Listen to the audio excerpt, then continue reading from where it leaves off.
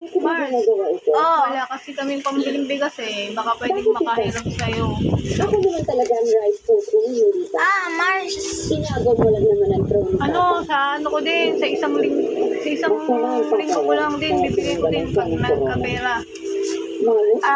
Sige Mars. Eto Ay, salamat Mars. Makakabili na ako bigas.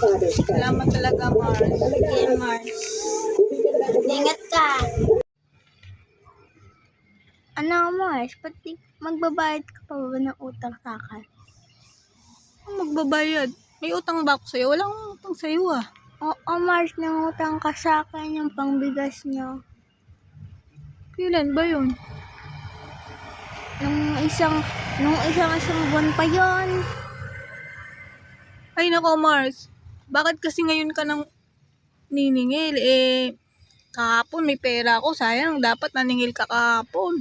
Kagahapon nagtatago ka Mars.